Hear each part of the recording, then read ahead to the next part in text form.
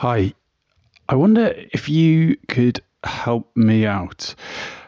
I am looking to hire a global head of growth for Automated Creative. So a little bit about us. We're on a mission to help brands turn their impressions into intelligence. We have a technology that researches consumers by analysing how they respond to optimise paid advertising. It's very fancy, very cool, and very successful for brands like Adidas, Samsung, Diageo, Reckitt, KFC, Pernod Ricard, Bose, Unilever, GSK, and people like NCS. So we've been doing brilliant work for the past few years, and we want to hire someone that can help us grow our portfolio of exciting and innovative clients. So if you or someone you know have been working in sales or new business for the last 10 or 15 years and would like to talk to us about the position, please could you give me an email on tom@automatedcreative.net. Right, on with the show.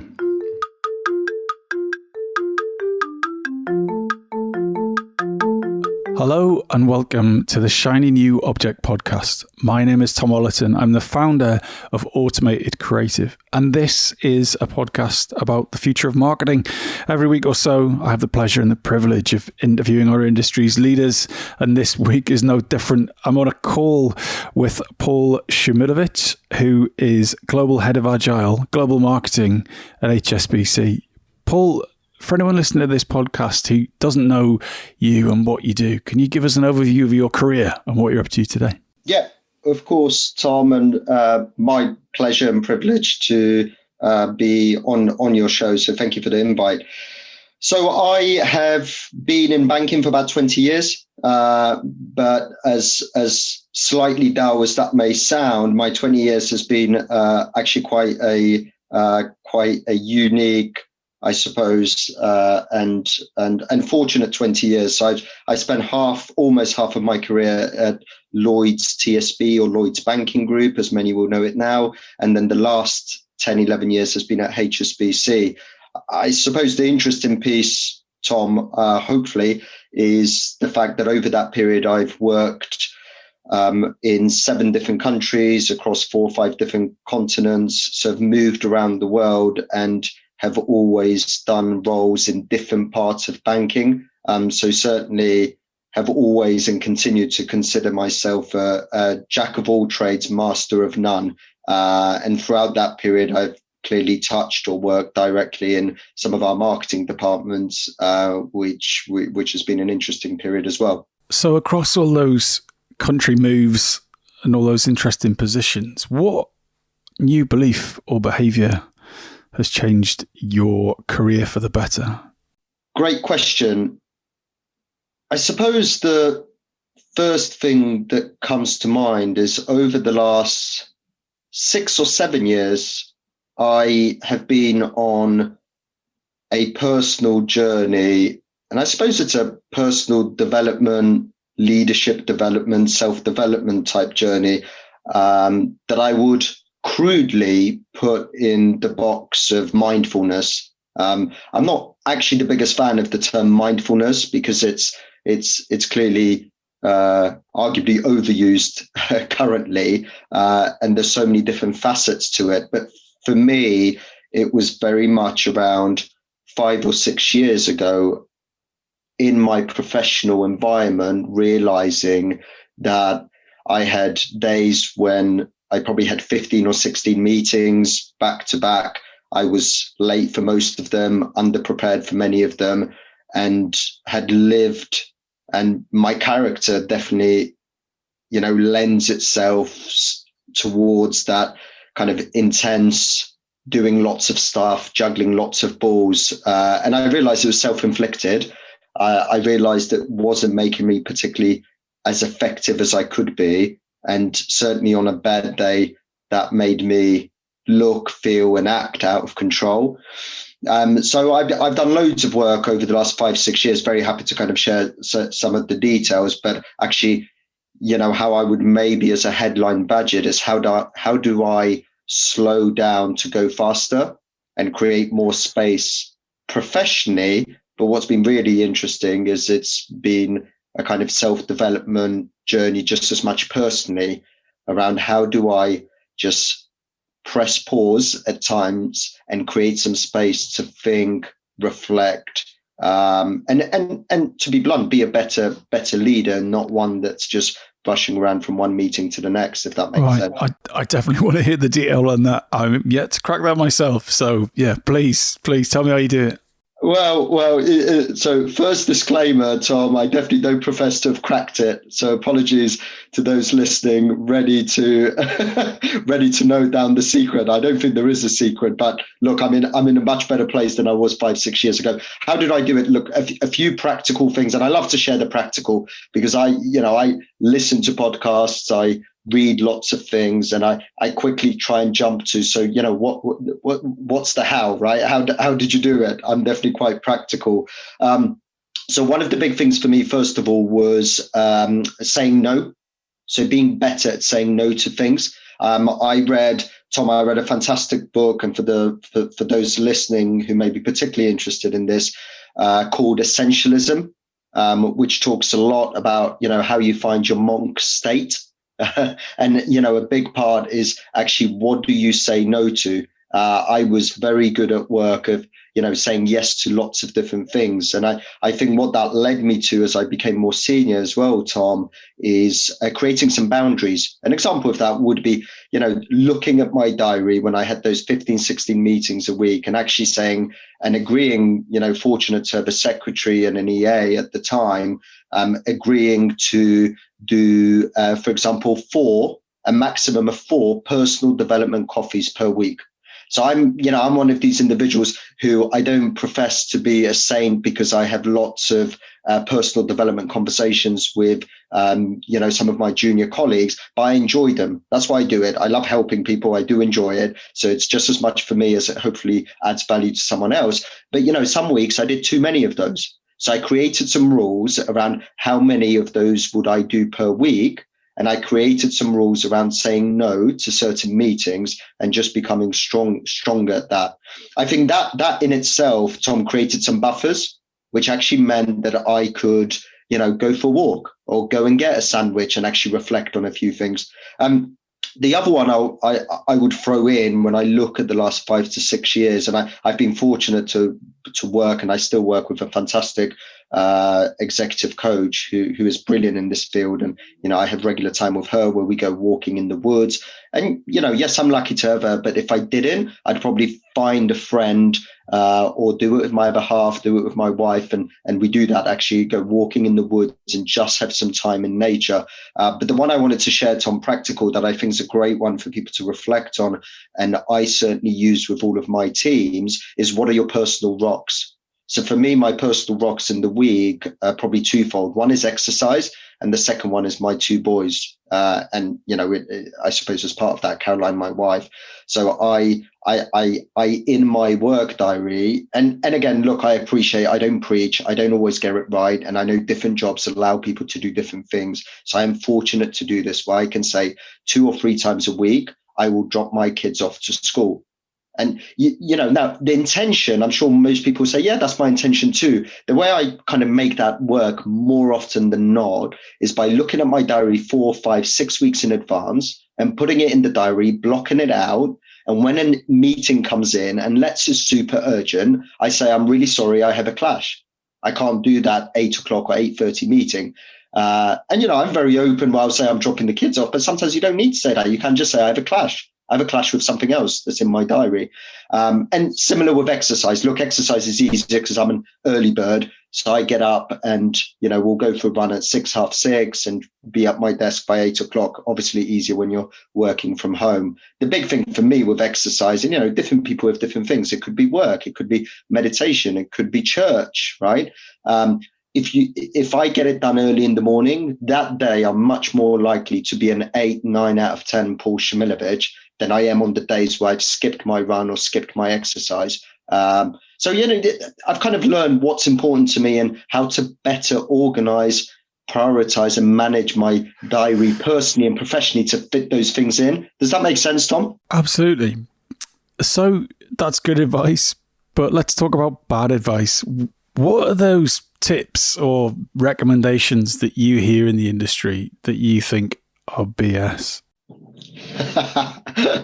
Great one. So, do you know, this one is slightly personal, and there will be some people, and it'll be interesting to get your view, Tom. You know, you've spoken to some amazing people over your 100+ episodes that I saw online last week. Actually, I was very intrigued looking at the people you'd spoken to. I'm very much in the camp that is anti-specialize. Let me explain that. Throughout my career and over the last 20 years, on numerous occasions, people have said to me, you need to think about what you specialize in. That is the way to progress. That is the way to get bigger jobs, earn more money if money's, your thing, whatever it may be, climb the ladder. I have to say, and I'm bound to, I suppose, but you can only talk to what you know, what you've experienced. But my experience over the last 20 years has absolutely been about breadth, has absolutely been about range. So I'm a big believer of range. I have loved every role I've pretty much gone into has been a new role where, yes, I've been able to leverage previous experience, but I've spent that first 3 to 6 months absolutely out of my comfort zone and have become comfortable to be able to be vulnerable where, early on in roles to be able to say, I don't know about that. I'll have to go and ask someone. I've never done that before. What do you think? What ideas do you have? And, there is this, it's, I suppose, a broader leadership discussion, Tom, around, you have the leaders who have the answers for everything, have an opinion on everything. And then you have certainly something I believe in more that, just because someone's more senior, gets paid more, doesn't usually mean that they're more intelligent and know more, right?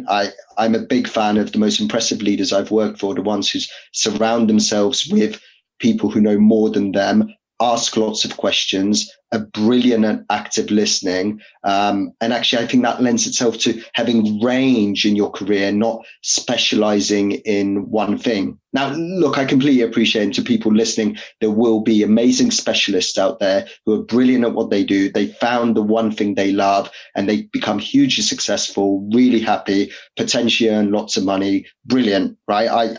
I get it. I'm just a big fan of keeping yourself outside your comfort zone, and that feeling you get, and that feeling I've had in every bloody job, Tom, every job I've been in, I swear over the last 20 years, I've gone into a job where, because I've had that kind of generalist career, it's been something completely new, right? I'm just about to move. Let me give you an example. I'm just about to move into a new role, which will be based out of Paris. I did some French early in my career, but over the last 3 months, I'm doing French lessons again.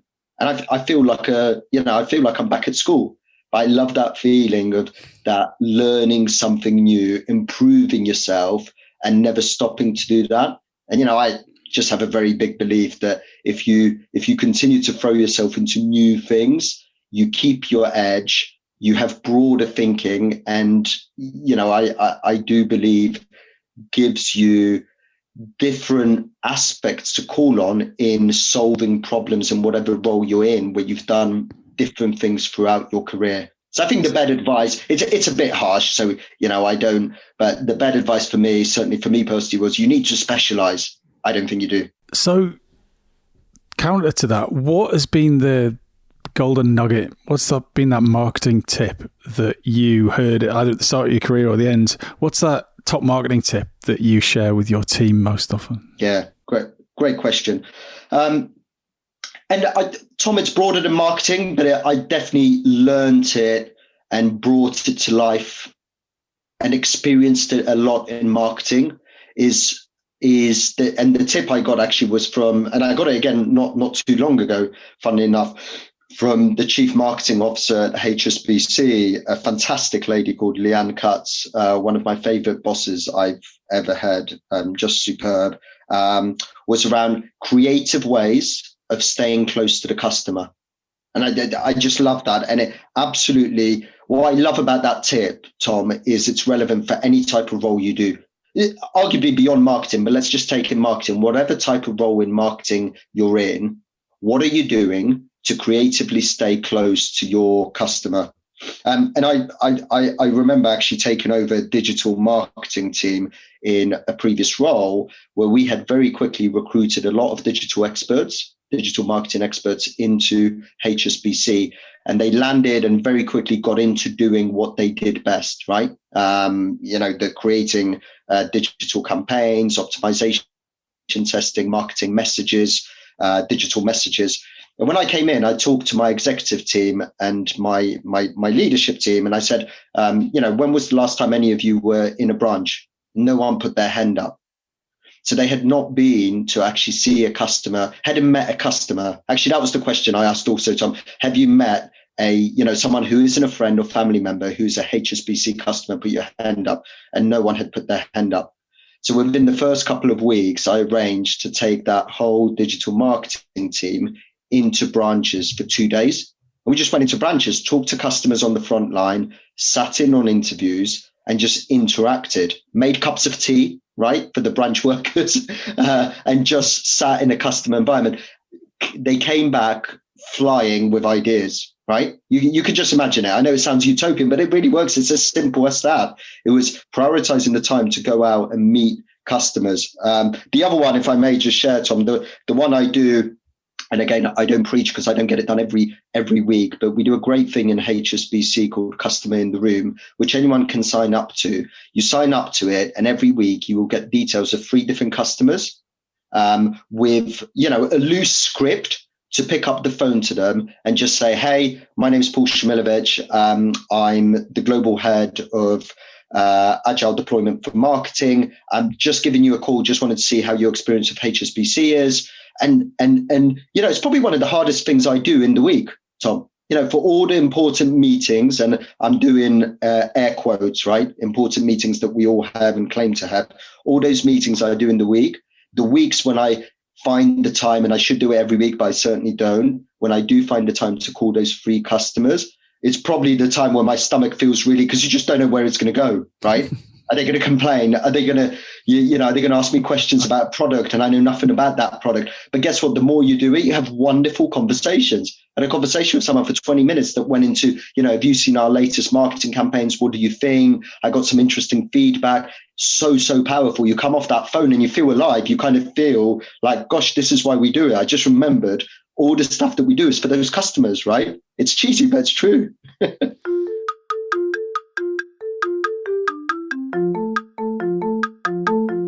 Today's episode is brought to you by Media for All, which was set up to help encourage more Black, Asian, and other ethnic talent into media, and to provide a support and mentoring network to ensure talent flourishes in the media industry that we all love. If you're looking for a mentor or would like to mentor young ethnic talent, check them out at mediaforall.org.uk, and it is all 100% free.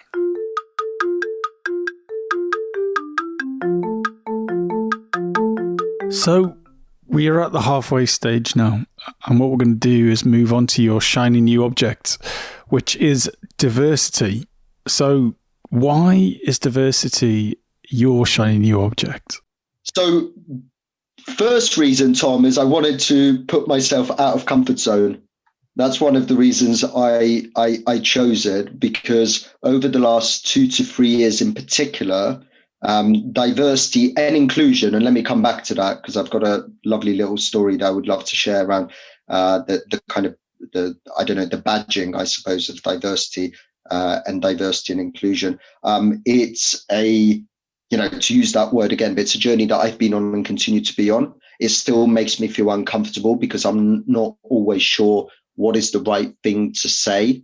And clearly it's such a hot topic, which actually made me reflect, Tom, on whether it's the right thing to talk about. But I didn't want to hide just because it's on LinkedIn everywhere. It's in the news for all the right reasons. I don't want to do it to jump on the bandwagon. I want to do it to be vulnerable and to share as a white, straight guy, to share some of the things I've been trying to do over the last 2-3 years to challenge myself in this space. Because again, going back to that comment I made, for me, a lot of it has been around what practical things can I do and how do I make sure I'm not another white male senior leader in banking or any other industry who talks about the importance of we need more senior female bankers. We need more diversity across BAME and LGBT plus at senior levels within banking. It's really easy to say that. I just said it, right? Really easy to say it.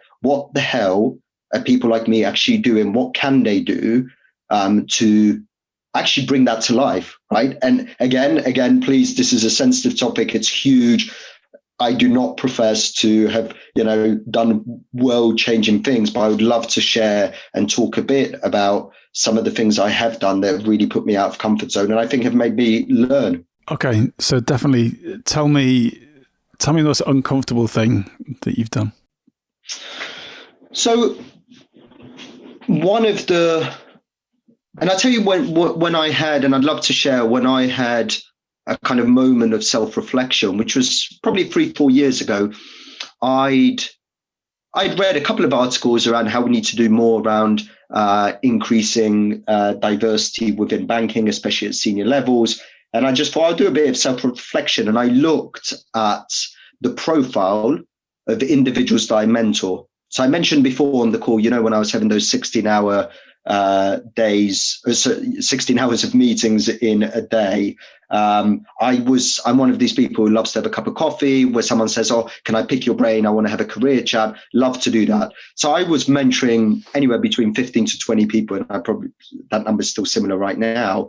I realized that the majority, Tom, of that 15 to 20 were white straight guys, I might add, in their late 20s, early 30s, so probably 10 years younger than me, who loved sport. They were basically a mirror image of kind of what I was 10 years ago. And, what can I say to that? Hadn't done it consciously, absolutely, unconscious bias, right? I think is the right phrase. Of the kind of people I spend time with are people like me, and, it's easy, it's comfortable, etc. It's easy to connect with those. So I realized that one thing I can do is change that quickly. So within a couple of months, I completely flipped that round. I didn't necessarily reject anyone I had, but what I did is proactively, within 3 months, got myself to 50-50 male-female in terms of who I was mentoring. And then I set myself the next challenge, which is actually how do you go broader than that? So the real big one, Tom, that put me outside my comfort zone, where I probably took more than I added in terms of value, was I reached out to a company called Outstanding, who do some amazing work in the area of LGBT plus recruitment in particular, but they do broader things. One of the things they do is they do mentoring. So they do a mentoring program. So what I did is I took on the role of mentor for 2 junior guys in different companies who are openly gay in their corporate environments and were having difficulties and struggling. And I can't tell you enough how much I learned by actually spending time with a couple of openly gay guys in a corporate environment who talked to me about the challenges that they faced. And I, did my very best to try and help them work through those and think about how they could deal with those. And, and Tom, that still for me is probably the number one when it comes to, not to jump ahead, but when it comes to this topic that I get passionate about, that I'm learning about, and I'm trying to push the boundaries for myself around, is you need to spend more time with people who don't look like you, who don't sound like you, who don't act like you, and who don't have the same experiences as you. For me, I say it's as simple as that. It's clearly much more deeper and complicated, but the first step people can take is just doing that. Look at who you're spending time with. And I bet you'll be surprised, because I was 3-4 years ago.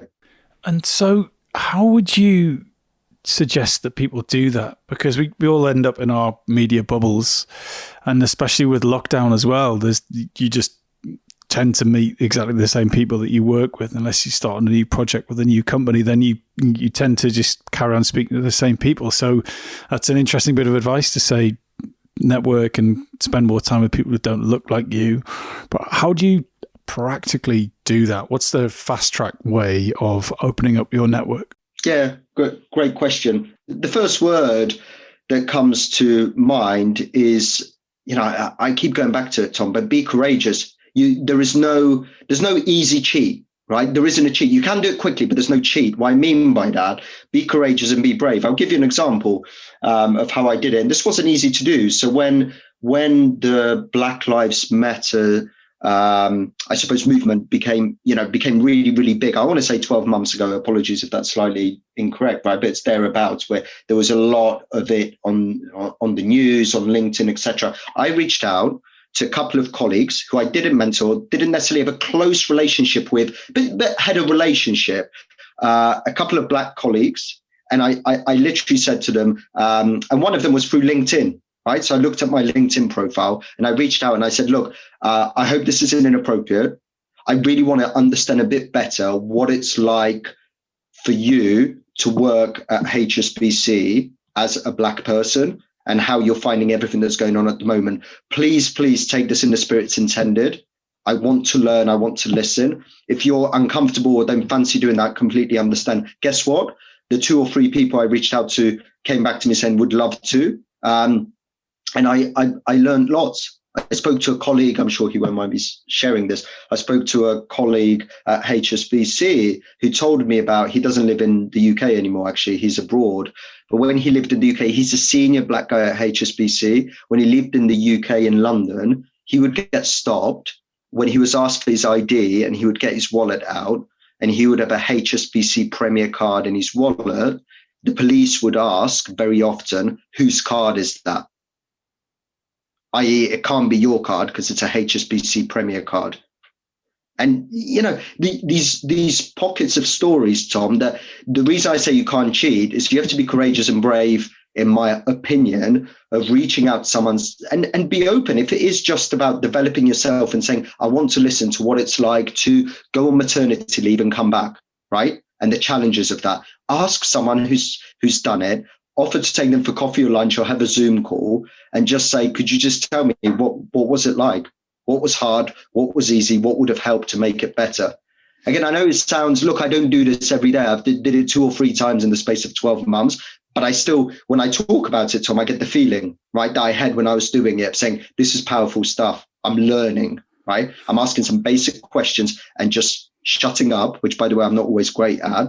But I've learned to become a better active listener, actually listen to what the individuals are saying. And I'd like to get your sense of how this applies directly to marketing, because a lot of what you're talking about is being a better person, a more understanding of those people around you in society, so that you'll have greater empathy and greater understanding, and in the future make better decisions. But this is a marketing podcast, so I need to kind of bring it back. So what is the benefit of doing this purely at a marketing level, even though I know its intention is far greater? Yeah, absolutely. It's an important question, because I think very often when we talk about this in the professional environment, I think people get the moral upside, right, and the ethical upside of doing this stuff. It's the right thing to do. I think what we're getting much better at is demonstrating the companies who do this well and the marketing departments that do this well have the disproportionately higher success rates. So the example is specific, and how I've seen it work, Tom. Certainly, when I was in marketing in the role until very recently as the global head of Agile deployment. For those listeners, and Tom, I don't know how much exposure you've had to Agile. One of the big things that or the core philosophies and ceremonies of Agile is actually much earlier in the process. You get more people round the table to shape campaigns.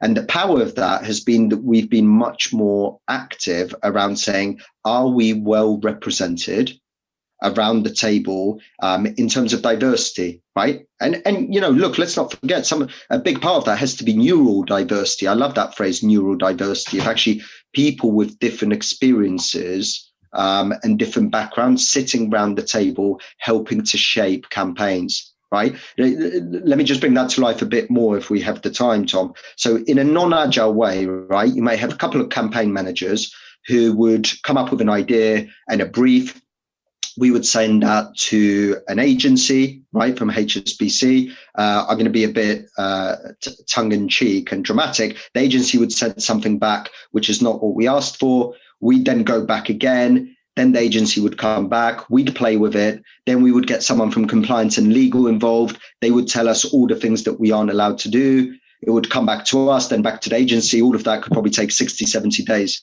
In Agile, what we did is overnight, we said all of those people are going to be in the room on day one.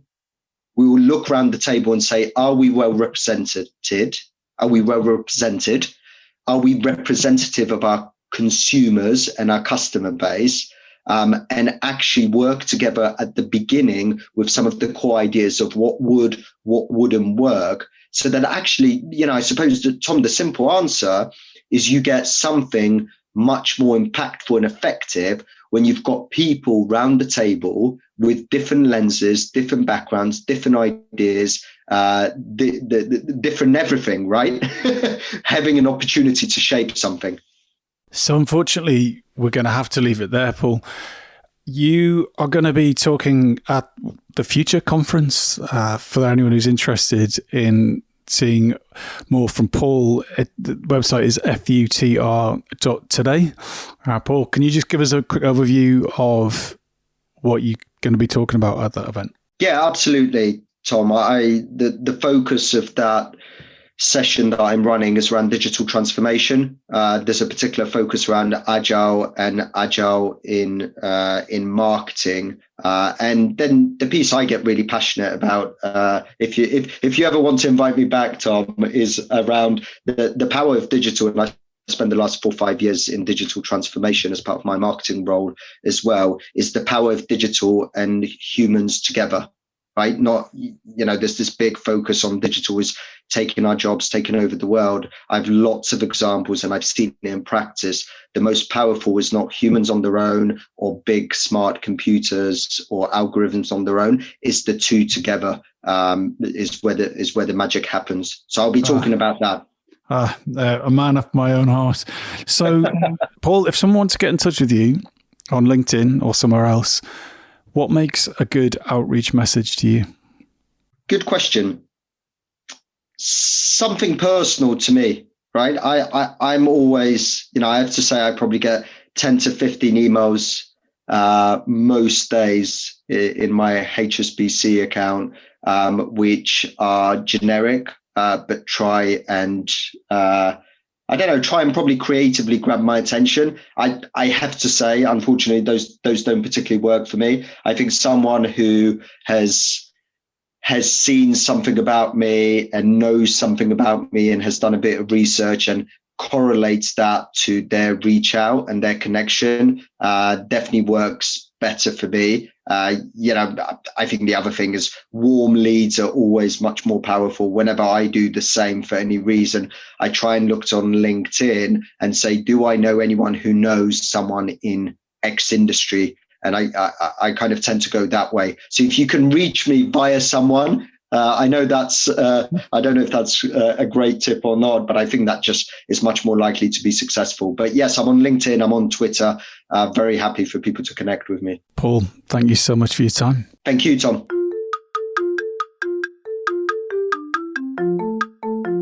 Hi, just before you go, I'd really appreciate it if you could take the time to write a review of the shiny new Object podcast on Apple Podcasts or iTunes, whatever it's called these days, or whichever podcast provider you use.